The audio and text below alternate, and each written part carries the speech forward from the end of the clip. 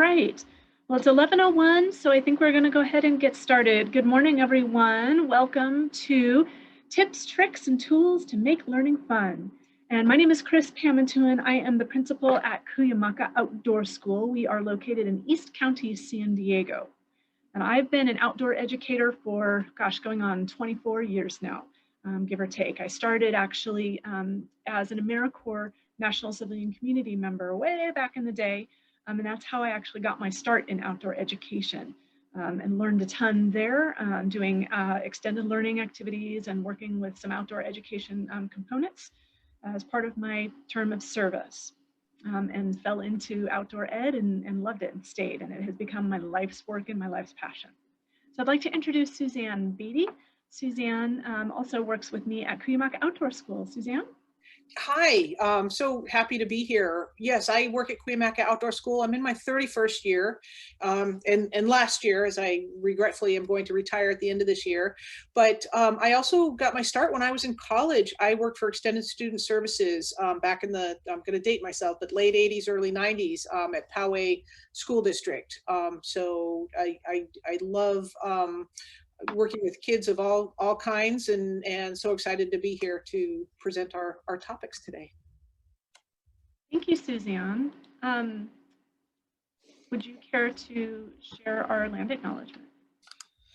Yes, we would like to take this time to honor and acknowledge those who came before us and live here still. The tribes native to the lands where Cuyamaca Outdoor School are the Kumeyaay. Their ancestors tended to this land for millennia. They are people of much culture, strength, and resilience. Thank you, Suzanne. So just a couple of quick housekeeping things for this activity. This morning, this is an interactive session, so get ready to participate. We might ask you to type things into the chat or to even do some movements with your body. There might even be a breakout room, so just be ready for that. A couple of quick Zoom items. Hopefully everybody's familiar with Zoom, but just to remind everybody, on the bottom left-hand corner of your screen, if you're at full screen, you should have the start and stop icon. If you're in a smaller screen, it may be up at the top or off to the side, but you want to look for this camcorder. Yes, I know that's an old device, but a camcorder icon right here for starting and stopping your video. The red slash means it's off.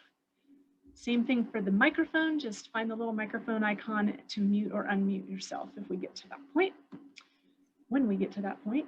And for the chat box, same area. If you can't find the chat box, you can try the kebab, the 3 dots, and scroll down. Once you click on the 3 dots, scroll down to the chat if you don't see the chat icon at the bottom of your screen. And last but not least, the reactions.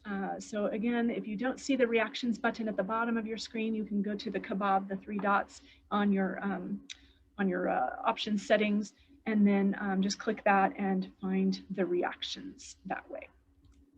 So that's it, and we will have hopefully just a few minutes for Q&A at the end. We're going to move through this pretty quickly. So we want to start by talking about group framing, and group framing is just a way to set up your class or your group or whoever you're working with for success. And one of the biggest things you can do, the most important things you can do, is work in circles. Now this works best when you're in person. So anytime you're doing an in-person class or activity, try to have your group in a circle, and there's a couple reasons why. Equality, it promotes a sense of everyone having equal seating. It promotes safety and trust. You can see everything, everyone, nothing's hidden. It allows for a sense of responsibility. Everybody has a role to play. Oops, sorry about that, clicked the wrong button. Facilitation versus lecture. You're not talking the whole time. And it provides a sense of ownership. Everybody feels like they're part of the community and they have some ownership there. And of course, it builds connections. And there's several different perspectives for using circles. Everybody can look each other in the eye, that sense of safety that I mentioned, feeling of equal time, higher expectation for participation as well. If everybody's sitting in a circle, you feel a little bit more sense of pressure to participate. And of course, the leader can encourage others. If you're going around the circle to answer a question and somebody gets stuck on an answer, you can invite other members of the circle to help answer that question. Depending on the grade level you're using, I recommend circles for lots of conversations and lots of things. And I'll give you a resource at the end with, there's actually a really great book that I love that I refer to frequently about using circles in a variety of circumstances and situations in an educational setting, wherever that is, whether it's during school, before school, after school, or just for a club that you may be working with as well. Circles have a lot of power and they really offer a great way to learn. Virtually, it's a little challenging, as you saw. I stole this idea from another workshop that I was in earlier this year, and I loved this idea of having a virtual circle so that when you're going around, on Zoom or Teams or whatever format you're using, sometimes it's hard because their squares shift around and you forget who's gone when or where. And so using a virtual circle, this is simply a PowerPoint page, and you can go in and actually rename these very easily and make it, you can add more circles, remove circles. It's super easy to use so that you can have this up on your screen and use this as your virtual circle. So just a suggestion for virtual circles because I prefer in person, but the times are what they are. So additional group framing, introductions. If you don't know your group, if you're starting off with a new group, get everybody into a circle and start with introductions. Those are the first two things you should do. If you're working with an existing group, be sure to introduce anybody new. But for this session today, we have a name game for you. We'd like to ask you in the chat to share one of the two questions that are up on the screen. What does your name mean? What is the meaning behind your name? Or were you named after someone? And if you were named after someone, who were you named after? So if you can find your chat and then go ahead and open that up, and you can type in, we hopefully know all of your names, but you're welcome to type your name and then answer that question. So for instance, in the chat box, I will open that up and I will type in Chris. I was, interestingly enough, named after my grandfather. I know that's really weird, but he was Christian. And so I'm Christine. I don't go by Christine. I haven't since I was 12, but that's who I was named after. So just like I did, if you could type your name in the chat, either what does it mean, your name, or who you were named after. And I see Suzanne has typed in, her name means Lily. And when you're named after your great aunt, that's so nice. I just lost my great aunt, I'm very sad. But she was a delightful lady. Diana is named after Princess Diana. That's so cool. I was just listening to something about her. She was an amazing woman, strong.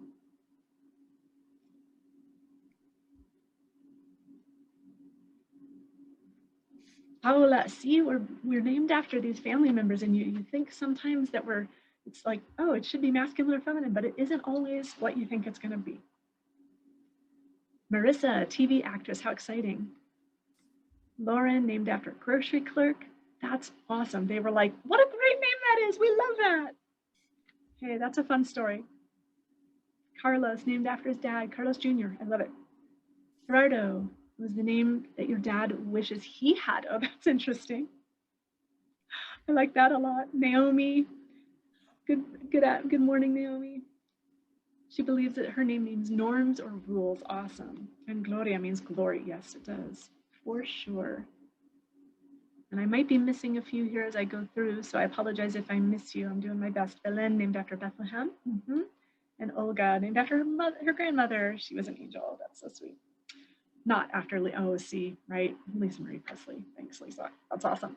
So as you're looking through the chat and looking at other people's names, find somebody who has a name that's similar to yours, or who might have been named after a person that is similar, maybe named after a family member, or you have a random name naming story. You had, like, it was a totally random thing, like the grocery store. That's such a great story. I love that story. So maybe choose somebody like that as you look through the chat, and you can also click the participants list and open up the participants list on the side and find somebody whose name is similar to yours, or you were named after a similar type person, and just send them a quick private hello. And how you do that is in the chat, where at the bottom where you're typing, where it says everyone. If you click the little arrow next to everyone, it'll give you the list of everybody in the meeting, and you just click that person's name and it'll give you the opportunity to send a private message to that person. just a way to meet each other virtually. So I'll give you one more minute to send that quick little private chat, maybe 30 seconds to send that private chat to that person whose name is similar to yours. Or, you know, you were named after somebody similar, or you have a really interesting story that is unlike most other people's, but somebody else does too. Eric, oh yeah, Eric. See, my brother is Eric too. Definitely Old Norse. My brother spells his with a K though. All right, take a few more seconds to find that person and send them a chat.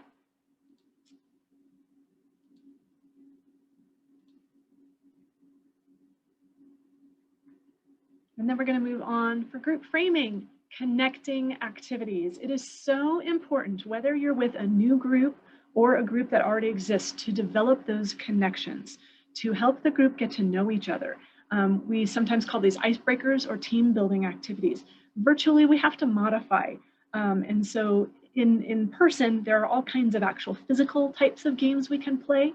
And there are loads and loads of resources online for those types of things if you need to find more.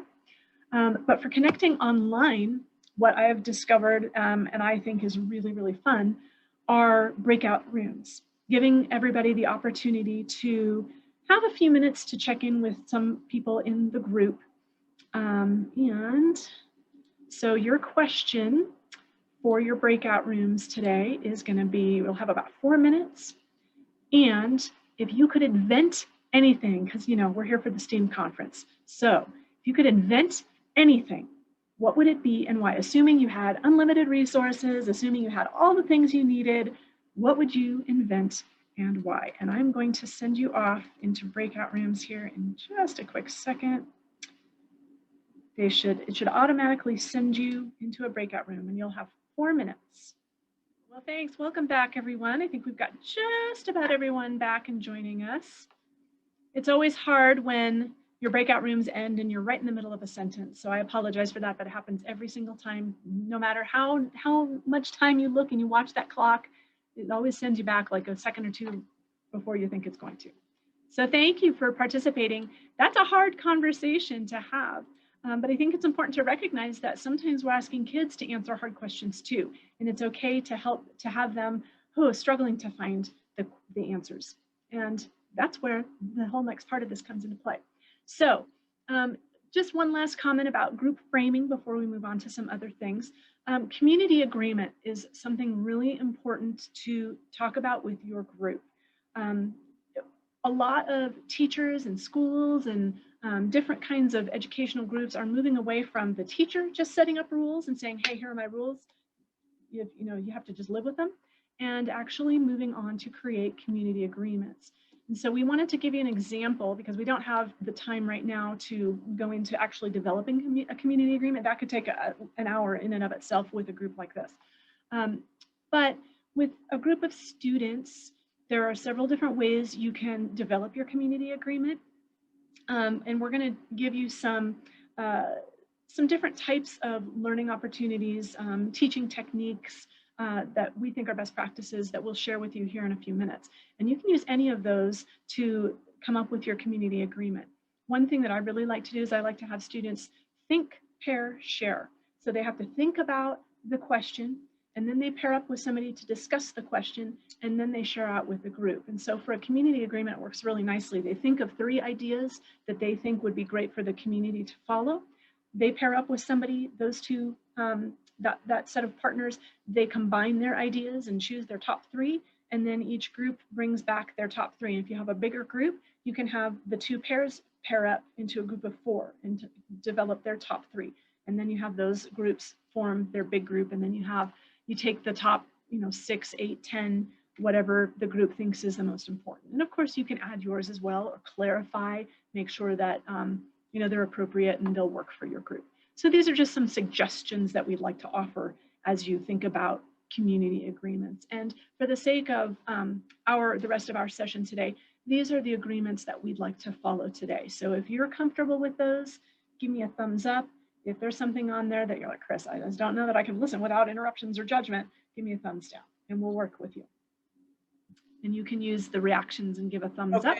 So Chris, you're not sharing your screen right now. Did you want to put those up? I'm sorry. That's all right. See, that's my bad. I'm so sorry. Thank you. but they're all agreeing with you anyway. So thank you. Oh my gosh, you're so sweet. I apologize. I thought it automatically went back. I'm not using my own Zoom setting. It's, it's a different Zoom account, so it doesn't always work the way I expect. Technology. Got to roll with it, right? So these are the community agreements that I was just mentioning. These are our suggestions for a community agreements that we're offering. But again, you may think, gosh, I'm just going to have a really hard time being authentic today because for whatever reason, or, gosh, I take care of my own needs. Great, I'm out of here. That may not work for your group. So you really have to think about what will work for your group. For today, hey, if you need a quick bio break, go for it. If you need to have your video off, that's fine. Although there's one activity that will ask you to turn your video on. And by the way, we'll give you a copy of this. We'll share this in the Google file that we're going to share with you at the end. So you don't have to, if you are a note taker, feel free. But if you're like, oh my gosh, all of this stuff, and she's going really fast. Yes, I recognize we're going really fast. We have a really short window and we have a lot of things we want to share. So I'm going to move on to the why of group framing. And so just some questions to think about. Have you ever been hangry? Have you ever had a bad day? Have you ever been worried about something? These are all feelings that we experience every day as adults, but we have to recognize that our students feel these things too. When we have whatever issues going on at home and we walk into school or into our group after school or before school, whatever it is, wherever it is that you're working with kids, the kids are dealing with the same types of issues we are, maybe just from a different point of view. But there's this theory called the affective filter theory. And it basically refers to feelings or emotions. And what it symbolizes is this wall that is in the image is a symbol for this wall of negative emotions that block us from learning and from our brain cognition. So basically our brain understanding and building on that knowledge that we're learning. And what happens is if that affective filter, that internal wall in our mind is really high because there's a lot going on in our world, we're feeling really anxious, we're feeling a lot of anxiety, we're feeling a lot of worry, a lot of stress, then that makes cognition harder. It really impacts our ability to learn and retain what we're learning. And so that leads to even more stress and even more anxiety. And when there's already stress and that filter is already way high, oh my gosh, and now I'm in class and I'm supposed to be learning something, or I'm at an after school program and I'm supposed to be having fun and learning, but I'm too stressed out to really be thinking about it. Okay, that's it, I'm done. And they start checking out.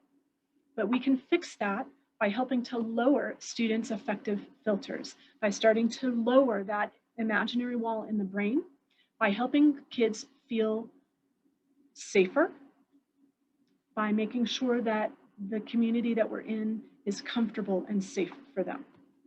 And that's what the framing is all about.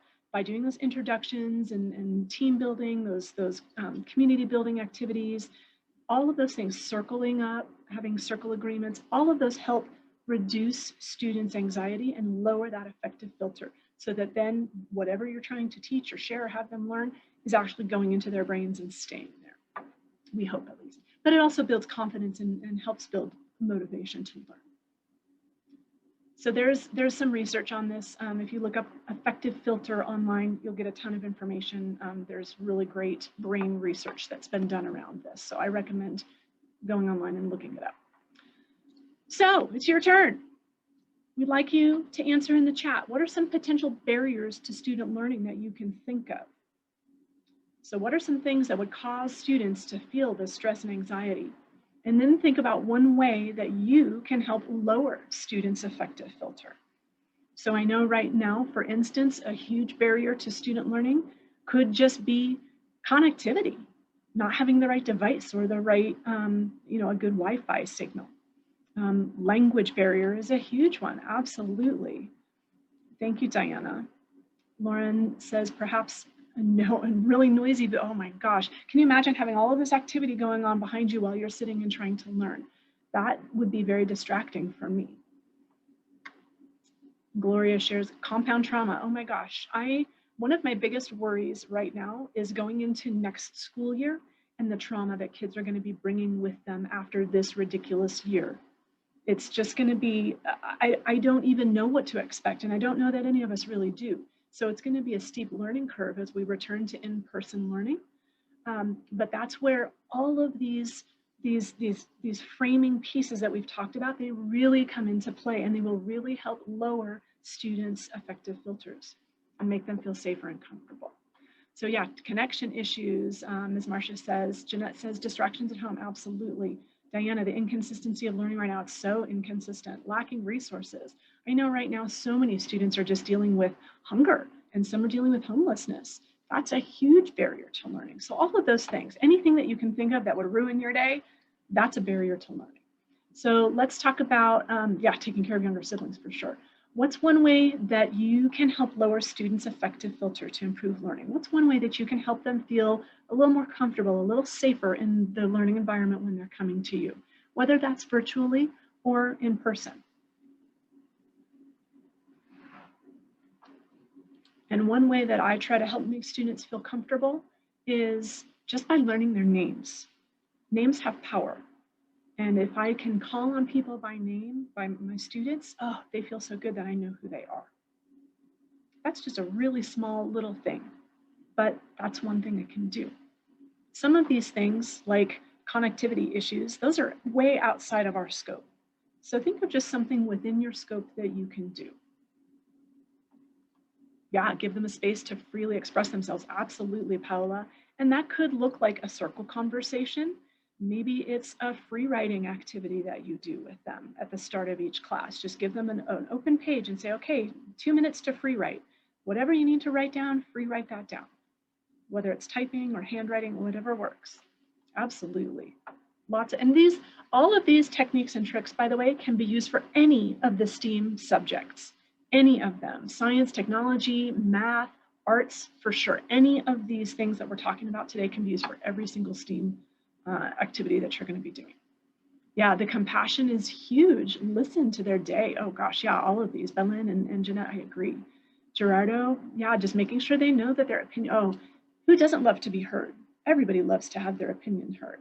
So that's a really great idea. I love these. Really great strategies. Short time, oh gosh, mindful moments are one of my favorite things. Taking 30 seconds, a minute or two to just have a mindful moment, give everybody a chance to breathe and recenter. Oh, that's dreamy to have time to do that. That little quiet meditation time for sure. And if you can promote longer, 10, 15 minutes of just quiet time, that's really great. And then providing strategies to build a growth mindset. Absolutely. Growth mindset, if you aren't sure what we're talking about when we talk about growth mindset, just giving kids the tools they need to be able to learn and grow. And I suggest you look it up online. There's a ton of options, great stuff online for that, a lot of research about growth mindset. So really wonderful. Thank you for your participation. For the sake of time, we're going to go ahead and move on.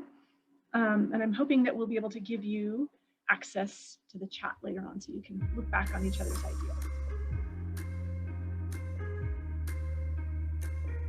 So hopefully you're seeing a video right now.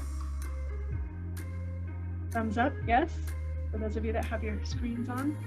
This is really different. I'm going to go ahead and stop it right there. It goes on for a minute. So be ready to use the reactions icons that are on the bottom of your screen or at the top or wherever you have them located. If you have ever seen a wild turkey out in nature, click the thumbs up icon. If you have ever seen one out in nature. I'm noticing I'm sorry, Suzanne, go ahead. I'm sorry, in our reactions, we only have applause and thumbs up. Applause and thumbs up. Okay. Well, so let's do this. If you've seen a wild turkey in nature, you can give the thumbs up. And if you have the oh face, you can do that. If you're in person and you don't have it, you can also give me the Home Alone. What? No way. And if you only have a thumbs up or the applause, you can give me applause if those are your only two choices for not. I know that sounds counterintuitive, but that's okay. So I see a lot of thumbs up, which is really exciting that a lot of you have seen a wild turkey out in nature. And you must be wondering, why the heck did we show you a video about wild turkeys, and why are we talking about wild turkeys right now? Well, for starters, this was my traffic jam this morning when I came into work. I'm up at camp today. And when I turned into the camp road, I had to stop for a big, huge, like 20, 24 turkeys were in the road. And the males were all displaying like this. So, but that's neither here nor there. No, the reason that we want to talk about show this random video of wild turkeys is because it's all about the hook, making learning exciting, right? We're here to talk about tricks and tips to make learning fun. So your hook is a great way to get your kids excited about the topic that you're going to be teaching about. Whatever it is that you're sharing that day, whatever your subject is or your topic is for that day, start with a hook. It could be exciting, weird, gross, cool, unusual. It should always be eye-catching or ear-catching, something to grab their attention right off the bat, relevant to whatever it is you're teaching. So make sure that whatever you're teaching today, there's some little connection to the wild turkeys. The only reason I chose wild turkeys is because it's something we have here in nature. And I'm hoping that some of you have been able to see those out in nature and maybe even been to camp where you've seen one of those. If you came to 6th grade camp, there's a good chance you saw a wild turkey when you were here. And I recommend any number of different opportunities for the hook. It could be a video like I showed you. That's a really great tool for online. Could be an experiment that you want to show them. Like, here's a quick demonstration of what we're going to be doing today. And have, have the static on your hair go up. Whatever it is that you're talking about today. If you're doing art, here's a great example of a piece of art by a famous artist. So all different ways that you can incorporate the hook. Could be a song if you sing, play an instrument, anything like that. If you know somebody who sings, record them doing it. If you're a terrible singer, it's one of those things. Even just a quick story, like a really fun, engaging story to get them started. So the hook is really fun and gets them going. Once you've got them going, well, let me go back. So we want to know how you're more successful when you learn. What helps you learn the best? And you have 2 choices. And for this, we ask that you have your video on. A lot of you do. Some of you are listening without your video, and I understand if you have anxiety or you choose not to have your video on today. I totally get it. It's, first thing Monday morning. But for those of you who have your video on, this will be short, sweet. You can turn it off after. We want to know, when the teacher does all the talking, do you learn best? So if it's all lecture style and the teacher is just talking at you, if you learn best just simply listening, put your ears on, because you're just going to sit and listen the whole time like this. And you can even have a nice bored look on your face, or staring off into the sky like you're really deeply in thought, listening to what that person is saying. Or do you learn best when class is interactive, when you get to do things, when you get to be hands-on, when you get to talk with small groups or talk with a partner? So if that's what works for you, make this symbol like hands are talking to each other. I've got 2 people talking to each other. If I had sock puppets, I would be wearing sock puppets on my hand for this, but I don't. So we're just going to chat like this. I agree with you. I see most of you making doing the hand symbol like this. It's so much more fun when class gets to be interactive. We learn better when we talk to each other and when we can reiterate what is being shared, what we're trying to learn. So with that comes our favorite phrase at outdoor school, which is be a guide on the side, not a sage on the stage. We don't want people just standing up in front of everybody talking, lecturing the whole time, because that's like, 400 people in a college class, and that's snooze all the way. I tell you what, no thank you. Guide on the side is how we want to move forward. So I'm going to turn it over to Suzanne for this next part.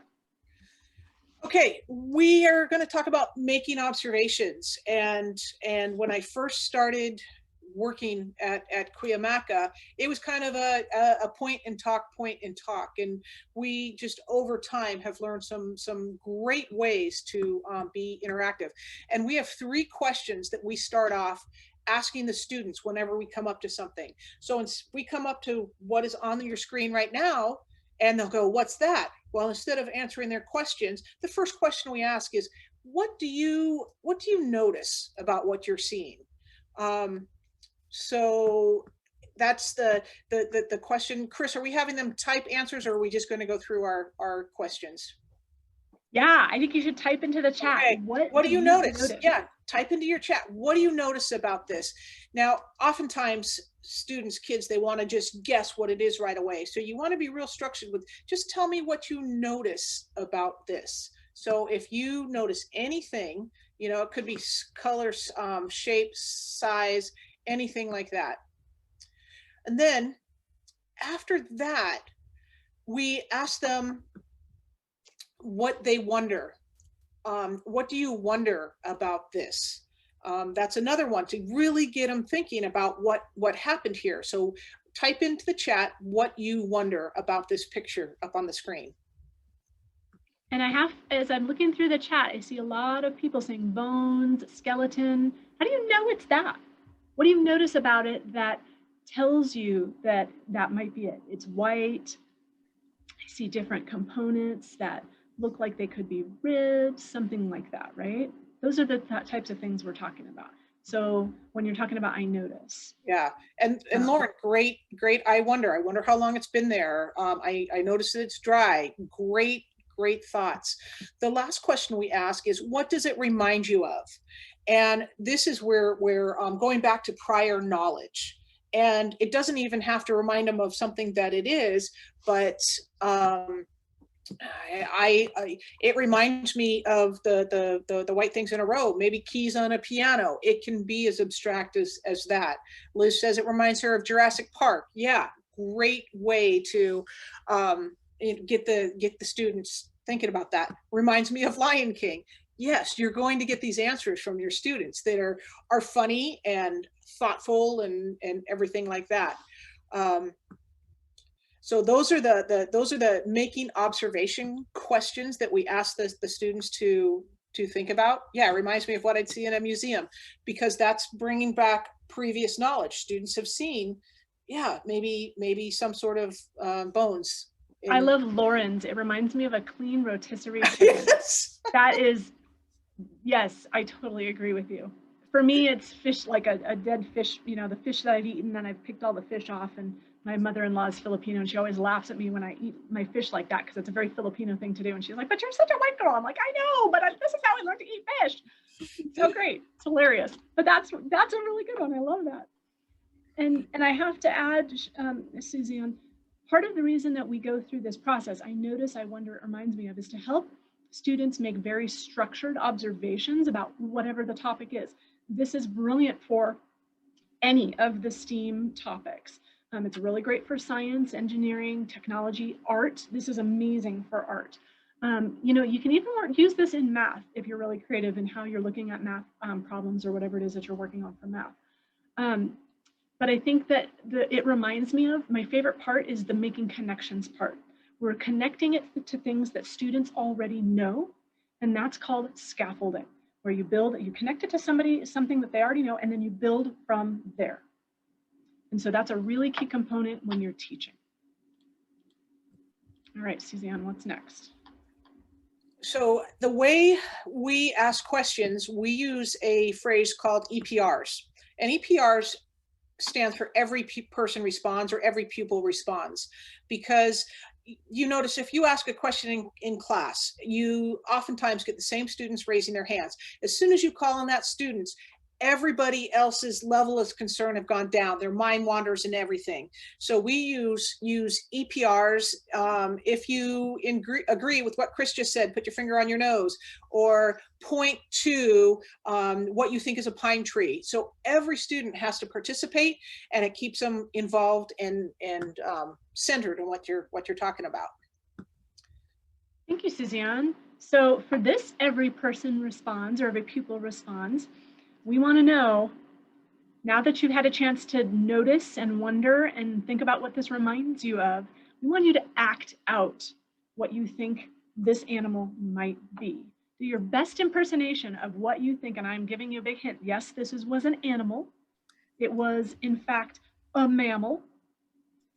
We want you to think about and act out what you think this animal was. It's really hard to tell just from this image we're seeing. But take a stab in the dark. Take a guess.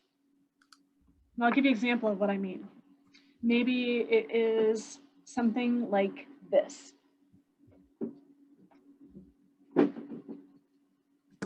Act out what you think it might be. Now, you may have kids that are in high school that are going to look at you like, really? Seriously? But you know what? Once you start doing it with them, they'll have a great time. We do this with adults all the time. It's so much fun. It's seriously so much fun. But if you're willing to be silly, then they will too. So, all right, let me see. What animal do you think it is? Take a stab in the dark. Even if you have, Chris, I really have no idea. It's a mammal. This was something kind of largish. Very common in the state park up in the mountains. Very common here. Yeah, we see them. It was not a turkey, I'll tell you that much. But we see them pretty regularly here in the state park. Oh, Paula's got something going on. Carlos, Olga had something. yeah. Carlos had something. I love it. I might do this. I don't know if you can see me very well with my background. I might do this. Yeah. And then, yeah, definitely for certain gender of this animal, I would do this. Definitely. Yeah, like this. Oh, I like it, Gerardo. He had his hands back like this. Totally. This is the skeleton of a deer. And yes, we find things like this up at camp every once in a while, and the kids lose their minds. It's so cool. What is that? Oh my gosh. And they want to like touch it, and we're like, yeah, sure, go ahead. You know, we wash our hands afterwards. But it's really fun to investigate and get up close and really look at stuff like this. So anything cool or gross, kids love it. And you know, the younger kids especially like the gross stuff, but even the junior highs and the high schoolers, they'll get into it. You just gotta like find the right hook to get them in. All right, let's move on to questioning strategies. Miss Suzanne. Questioning strategies. So, as I said, when I first started, I'd walk by that. A kid would say, "What is that?" I said, "Oh, it's a deer. It was killed by a mountain lion." Boom, no lesson, no thinking, no nothing. So there's different types of questionings. The exploration questions, you can start with the I notice, I wonder, and it reminds me of. But other explorative questions would be, what's your evidence? So you're asking them to look for evidence to support their answer. What makes you think that? And you're not saying yes or no, you're just asking them to expand on what they're thinking. And then there's more discussion style questions. Can you show us what you mean? Can you say more about that? How is this different from what Jose said earlier? So getting them to work together.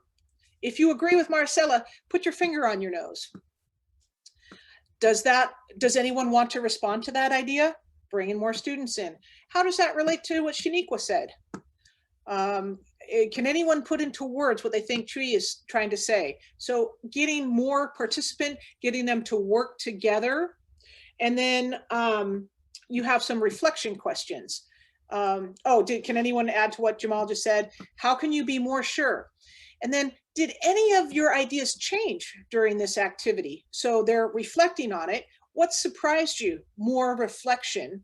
And how might you want to explain what you learned to a family member, encouraging them to go home with the knowledge and what helped you learn. So they are learning what helps them learn by some of these questions. So this is going to be in a document that we're going to share if you want more ideas on this. And but just instead of the answering a student yes or no, just encouraging them to say more about what they're thinking, share their evidence, work together in teams and with partners to expand on their ideas.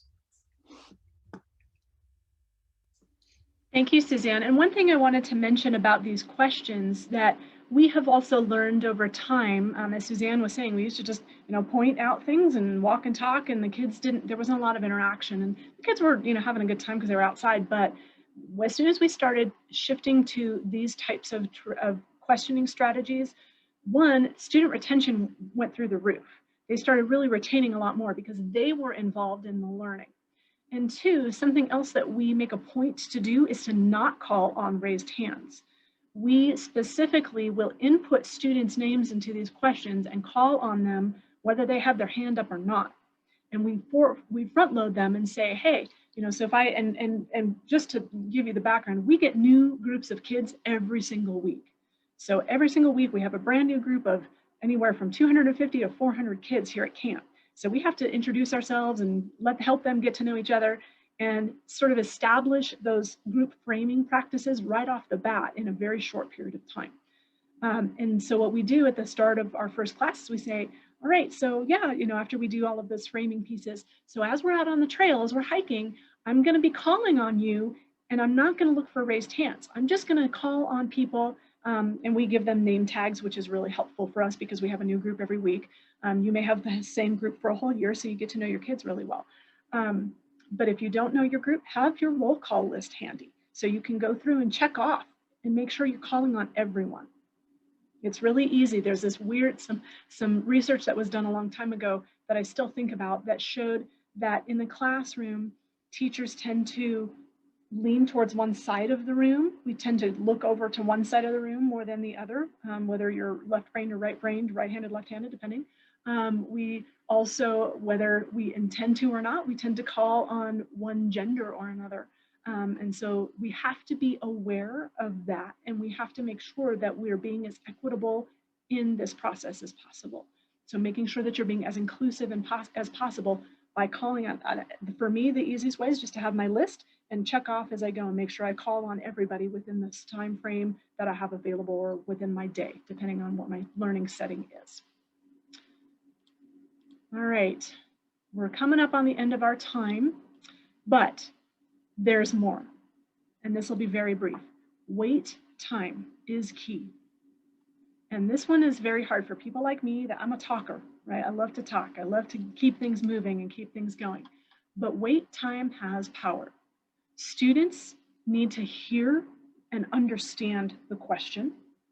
Some of our students are English learners. They need a minute to hear what you're saying, translate it in their head so they understand it, understand what you're meaning to say, and then think of an answer and then translate their answer back into English. That process takes a couple of seconds. It's quick, generally speaking, but you still got to give 3 or 4 seconds of wait time. And so what I tend to do is I repeat the question in a different way. I just restate the question so that I'm still giving kids an opportunity to hear the question. I'm giving them an opportunity to think about it. I'm just restating the question in a different way so that they can understand what I'm saying. I'm giving them some wait time. And then I'll even go, I wonder about that. And I'll do this weird, make faces and pretend, gosh, I wonder what that could be. Or I wonder, and I just sort of start to rephrase and answer the very first couple of words of an answer to give them a prompt. Okay, so I'm prompting them with their answer. I wonder, so if we were talking about, I wonder what that could be. I wonder if this could be, and then I pause like that. And that way I'm providing them with a prompt as well as giving them wait time. So it gives students the time to process what they've heard. They may need to translate. Some students just need to build up courage. They know they have the right answer, but they're shy or they're introverted and they're not used to responding. So it gives them the courage to build up that time to build up that courage. And some kids just are like, they really need the attention. So they're the kid that's like this. And I would just encourage you to find other ways to give that student attention. When you're walking around doing small group work, being animated for sure, super fun. I'm super animated. I make crazy faces every time Zoom freezes. I'm always like, but that's all right. But yeah, being animated is super fun. So give that wait time, take another breath, and then call on somebody who doesn't have their hand raised. So long as you've set them up so that they know that. And I'm going to breeze through this really quickly. Small groups. Use small groups whenever you can. Break them up into small groups, 2, 3s, 4s, awesome. And give them something like this. I'm gonna make sure I can't see you all. So I'm gonna take myself off of, I can see you, I can't see myself. I took myself off of self view. This is just an instruction card, right? It's short, it's the size of an index card. Very brief instructions. I break my kids up into a group. This is something we do here at camp all the time. We break them up into a smaller group. And each group gets a small instruction card. We laminate these because we use them all the time, but you can just print these or write it up on the whiteboard. Give them written instructions, break them up, tell them to follow the instructions, and then move around from group to group to make sure that they are understanding and to make yourself available to answer any questions they may have. And that way they're starting on the work, and the ones who are ready can go, and the ones who have questions, you're coming around to check. All right, small group work. All right, and I think that's it. We're going to give ourselves a couple of minutes just to answer some questions, and I see one right now. But we do want to do one last quick EPR. So if there is something, some little nugget from this presentation that you're able to take away and start using tomorrow if you had a class tomorrow, or you're working with a club or something like that. If there's something that you can take away right now and apply, go ahead and raise the roof, woot, woot, woot, woot, woot, woot. Even if it's one small nugget, raise the roof. That's what we're hoping for. Awesome. All right, thanks. And if you're like, gosh, I already knew all of this stuff, well then, yay for you, and help your fellow colleagues learn some of this stuff too. All right, so resources. Yes, we will give you a copy of this slide. I'm going to put in the chat a couple of things right now. I'm going to put in a survey. Oh yeah, Lisa already put the survey. Sorry, I always say your name wrong because that's how it's spelled. But Lisa has put a link to the Google survey in, and I'm going to stop my share and I'm going to put a link to the Google folder that we created for you that has the documents in it, but also I'll put the slides in for you. So I'll do that here as soon as we're done. Copy this link, put this in here, and it should be open for viewing. So if you run into an issue, let me make sure that goes through. Okay, there's that link. If you run into an issue, you can get a hold of Lisa or one of the STEAMpower folks and let them know, hey, we need to get a hold of Chris. But I can also put my email address here. I'll put my email address in the chat in case you need to reach out to me or care to reach out for me for anything. And with that, any other questions before we wrap things up and get you on to your next session? We have about 3 minutes.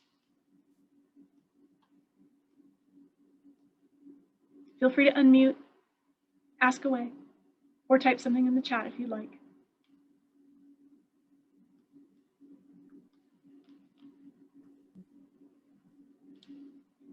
And I will say, regardless of the age group that you have, if you come into your activity excited, animated, ready to go, no matter how you're feeling, you could have just had the worst day on the planet. Like seriously, this last month has been ridiculous for some of us here at camp, but we come into work and we get ready to be in front of kids, and you just put all of that aside, put yourself in the right mind frame. One of my favorite things to do, I have on my phone actually, and I'll show you this. We were talking about mindfulness earlier. Oh, I don't have it on this phone. I just got a new phone, but I have an actual like mindfulness GIF. It's a breathing GIF that just is, it has you breathe as it opens up. You breathe in, and as it closes, you breathe out. And for you, taking a mindful moment or two before you jump into class, making sure you have everything ready, have your water ready to go, use the restroom before you start. Sometimes we're running late and we're rushing and it's like, oh my gosh, what is happening? Take 30 seconds to center yourself, do a quick little breathing activity, and then put on that face. Remember that being an educator is also kind of being an actor. We have to act sometimes in ways that are contrary to how we're really feeling.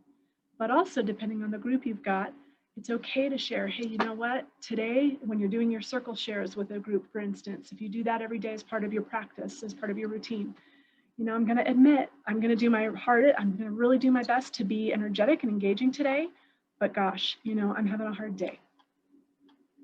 And it's okay to admit that, because everybody has. And it's good for our students to hear that and learn from us. All right, like I said, I'm a talker, I'll just keep talking. So if there are no other questions, then we will let you go. So you have an extra minute to take your bio break before your next session starts. Thank you all for joining us today. It was great to meet you all. And thanks to everybody who participated. We appreciate that. Take care, everyone.